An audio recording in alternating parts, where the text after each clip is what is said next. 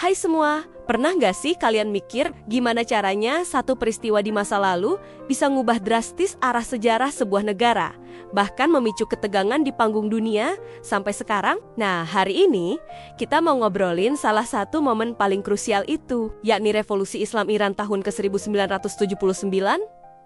Ini bukan sekadar pergantian kekuasaan biasa, teman-teman. Ini adalah titik balik utama yang membentuk Iran seperti yang kita kenal sekarang dan jadi akar dari banyak konflik di Timur Tengah. Iran sebelum 1979 adalah sekutu akrab Barat. Bayangin Iran di masa sebelum revolusi. Negara ini, di bawah kepemimpinan Shah Muhammad Reza Pahlavi, adalah sekutu dekat Amerika Serikat dan Israel. Iran saat itu modern, cenderung sekuler, dan punya hubungan erat dengan negara-negara Barat.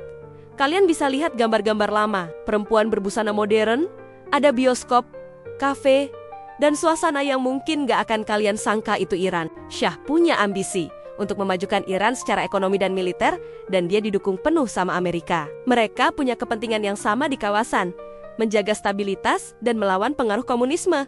Jadi, hubungan ini tuh simbiosis mutualisme. Iran dapat dukungan teknologi dan militer. AS dapat sekutu strategis di kawasan yang kaya minyak.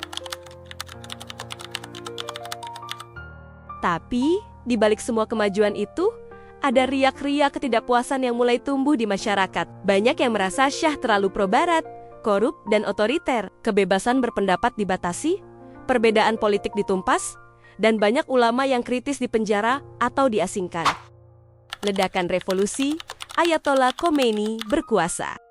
Puncaknya terjadi di tahun ke-1979, protes-protes rakyat membesar. Shah kehilangan kendali dan akhirnya terpaksa kabur dari Iran. Nah, disinilah momen bersejarah itu terjadi. Ayatollah Khomeini kembali ke Iran pada bulan Februari tahun 1979. Disambut jutaan rakyat sebagai pahlawan. Kembali berkuasanya Khomeini ini secara fundamental mengubah Iran menjadi negara teokratis. Artinya, pemerintahan dipegang oleh pemimpin agama dan hukum Islam jadi dasar negara. Ini beda banget sama era Shah yang sekuler.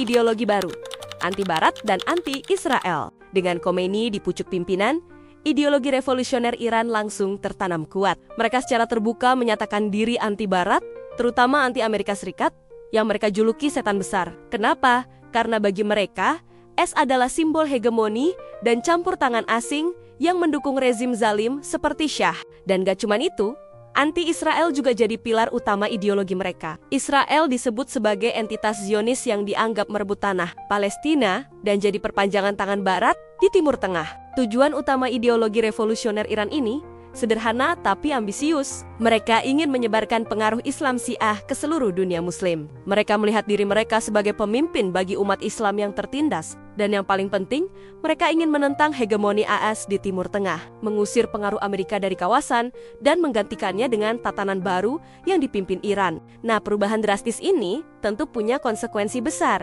Gak cuma buat Iran, tapi juga buat seluruh kawasan. Hubungan Iran dengan negara-negara Barat, terutama AS, langsung beku dan berubah jadi permusuhan. Mereka juga mulai aktif mendukung kelompok-kelompok bersenjata di berbagai negara, seperti Hizbullah di Lebanon dan Hamas di Palestina, yang punya agenda anti-Israel dan anti-Barat. Inilah yang kemudian memicu kecurigaan dan kekhawatiran besar dari Israel dan negara-negara Arab Sunni yang melihat Iran sebagai ancaman baru. Dan semua ini, teman-teman, adalah akar dari banyak ketegangan yang kita lihat hari ini, termasuk isu program nuklir Iran, perang proksi di Suriah dan Yaman, sampai ketegangan langsung antara Iran dan Israel. Nah, setelah kita lihat latar belakangnya, jadi jelas kan kenapa ketegangan antara Iran, Israel, dan Amerika Serikat itu begitu dalam dan kompleks. Dan satu lagi, pertikaian Iran, Israel, dan Amerika bukan membalas agresi mereka ke Palestina. Pertempuran saat ini adalah bentuk dendam masa lalu yang sudah dipupuk selama puluhan tahun.